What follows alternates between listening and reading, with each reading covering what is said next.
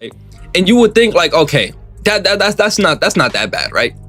But then when you bring up another incident with Natasha Cloud during the same game, if I might I add, during the same exact game, Natasha Cloud was seen pushing this same exact referee with no punishment, with no consequence. In fact, shutting DJ's claims down that this is not white privilege. In fact, this is black privilege. Let's be real with ourselves. Shout out to Rose Rance, my guy, Black and White Sports, one of the realest in this space, man.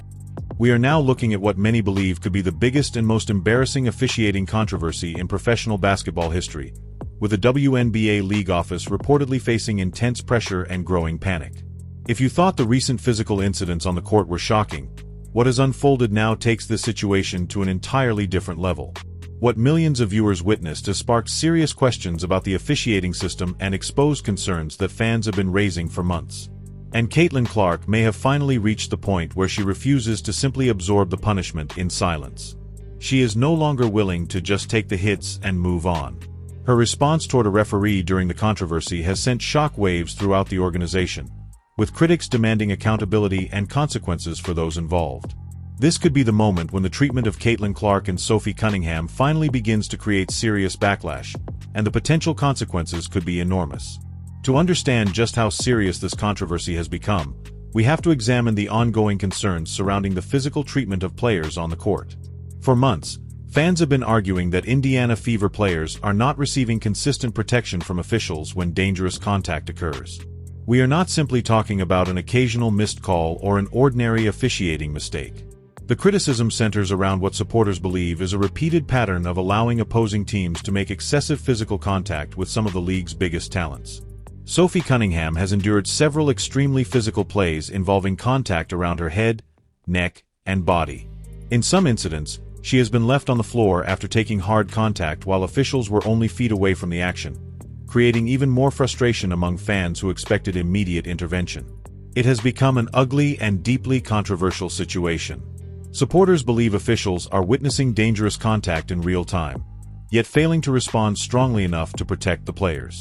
But the officials may have made one major mistake by underestimating Caitlin Clark's willingness to stand her ground.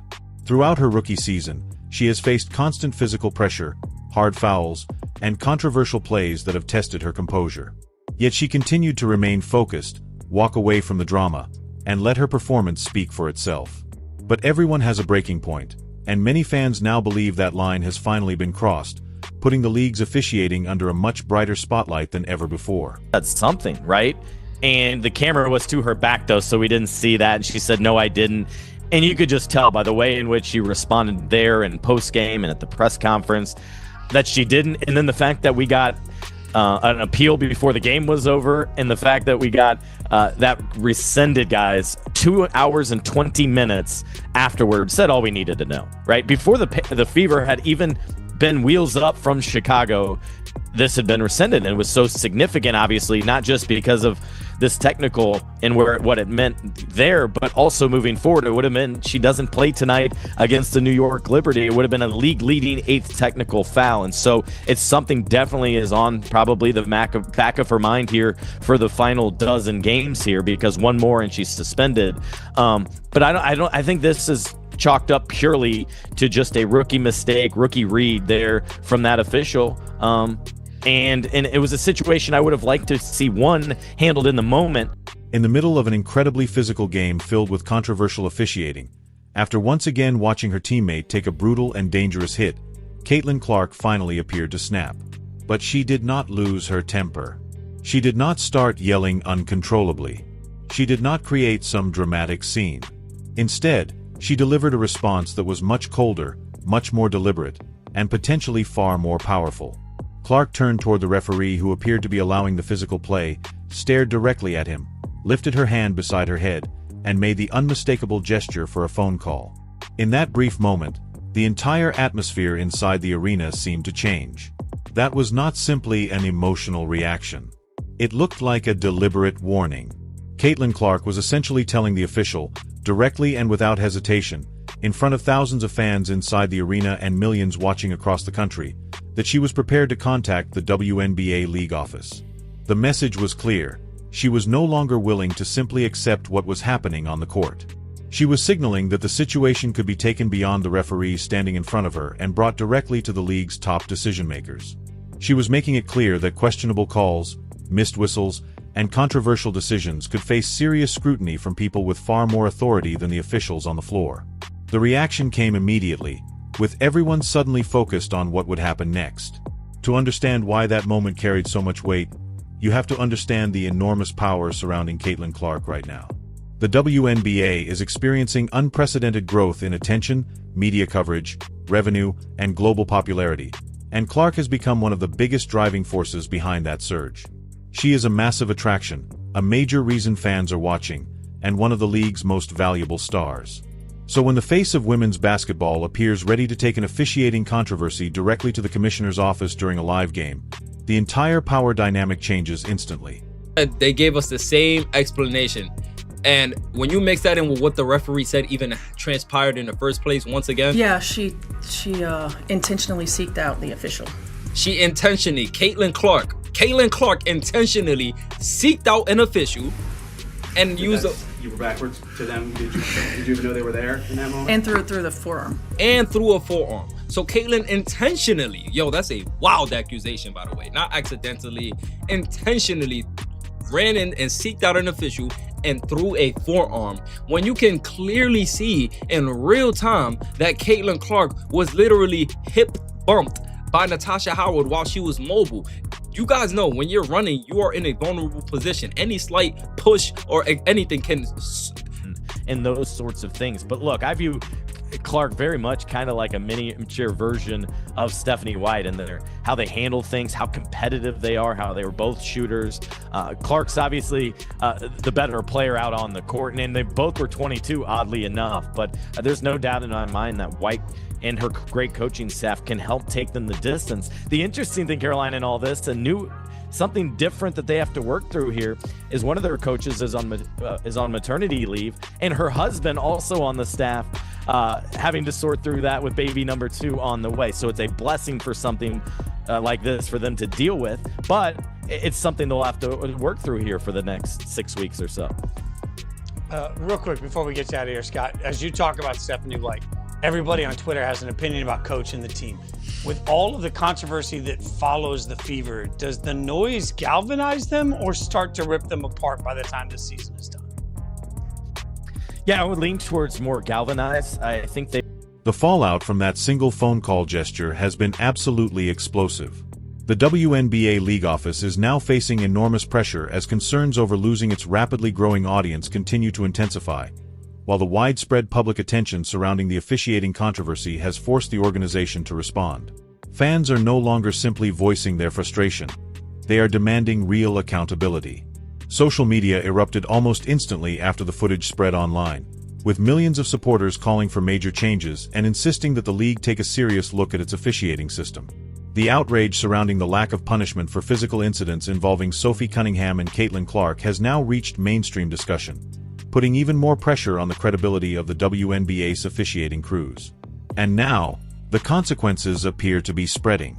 When Caitlin Clark made that phone call gesture, supporters believed she was sending a message that would not simply disappear. The league office is now facing calls to step in, investigate, and take action. And if those allegations lead to real disciplinary measures, the impact could be enormous for officials accused of allowing excessive contact against the Fever. Behind the scenes, the pressure is reportedly growing rapidly. There are claims that referees could face suspensions, contracts could come under review, and officials accused of ignoring dangerous incidents could be held accountable for their decisions on the court.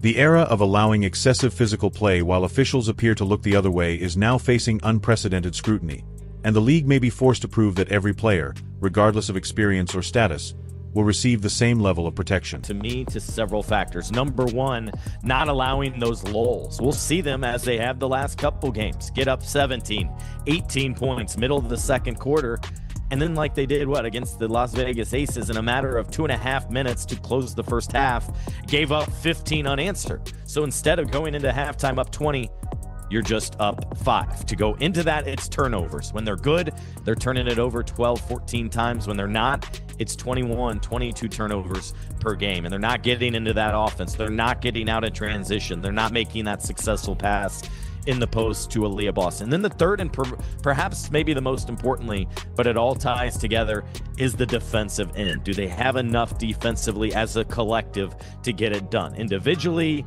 probably not as much, but they don't have to be great. They don't have to be a top 5 defensive team. They just have to be average, be solid. And they have shown here in the last month and a half, really, that they can be most of the time, but not always. And so they have to lock in defensively when they're giving up those 100+ points and having to outscore their opponent. I'm not sure that can hang on through a postseason and those sorts of things. It's good enough to get them where they are. But look, they got 20 wins, still a dozen games left here in this 44-game season. I think they've got to feel good and optimistic about where they're at, but also understand they've got areas for improvement, and that can help lead them into what could be a successful playoff run. Fully healthy too, by the way. They had that successful run to Game 5 of the semifinals last year, but that was without Cunningham, without Caitlin Clark, both of whom were out with injuries, plus several others. There's no doubt that championship is the expectation in Indiana, especially as long as Aaliyah Boston, Kelsey Mitchell, and Caitlin Clark are wearing Fever jerseys. Is Stephanie White the coach to get them there? Absolutely can be. I think so. I think she connects with the players well. I think she knows this franchise and very well. And I think she's done a good job of adapting, Caroline, this season in that offensively, they were doing some things differently. We know she's more of a defensive-minded coach. That's what her specialty is. But I think part of This represents a massive and unprecedented moment for the Indiana Fever, for Caitlin Clark, and for anyone demanding greater integrity within professional basketball. The message could not be clearer. If officials allow questionable or biased officiating to damage the game, if dangerous physical play against players such as Sophie Cunningham continues while whistles remain silent, Caitlin Clark and the Fever are no longer willing to simply accept it. The league office has been placed in a difficult position, forced to balance criticism surrounding its officials with the growing importance of one of its biggest stars. Whatever action follows, the controversy has already created serious pressure for accountability. But the fan base is still demanding much more. Trust has been badly damaged, and viewers are calling for a complete and independent review of every official who has worked an Indiana Fever game this season. They want answers about how these situations were handled, why certain plays were allowed to continue, and whether any larger pattern existed behind the controversial decisions. Many supporters are also calling for serious disciplinary action wherever wrongdoing is actually proven. The WNBA may have hoped the controversy would eventually fade away, but Caitlin Clark has become a powerful spotlight on the league's officiating standards and the concerns surrounding player safety. Once that spotlight is turned on, the organization can no longer simply ignore the questions being raised by its fans. And now, the biggest issue facing the league is whether it can restore credibility, rebuild trust, and prove that every player receives equal protection regardless of reputation, experience, or status. In this league, you know what I'm saying? But man, listen, like, if this is white privilege, I don't know what it is, man. Listen, Caitlin Clark has it taken away by Hawkins. If this is having it taken away, I don't know what to say, man. If you gotta rake someone's arm, go over their back just to get a hand on the ball, this is one of the worst white privileges I have ever seen, man. It's actually diabolical, chat. If I'm being honest with y'all, man. If I'm being honest with y'all, it's actually diabolical. I could go through a whole list of what actually happened with Caitlin Clark's technical fouls, man. Like, look at this, chat. Let's just be real. Luana Bonner swinging. Like, we could go through her technical fouls. Her technical fouls are she does not deserve half, if not a lot of these technical fouls. She probably really has like 1 or 2 warranted, you know? People are going at her and she's responding. She's not fighting people. She's just responding. And Clark is perplexed.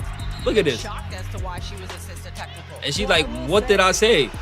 Caitlin's lost. And once again, you see Stephanie White itching and twitching, methaning over there on the sideline. Caitlin Clark losing her mind. And Stephanie White is just like, what's going on? I didn't get my hit, huh? Who, what, where, why? Whoa.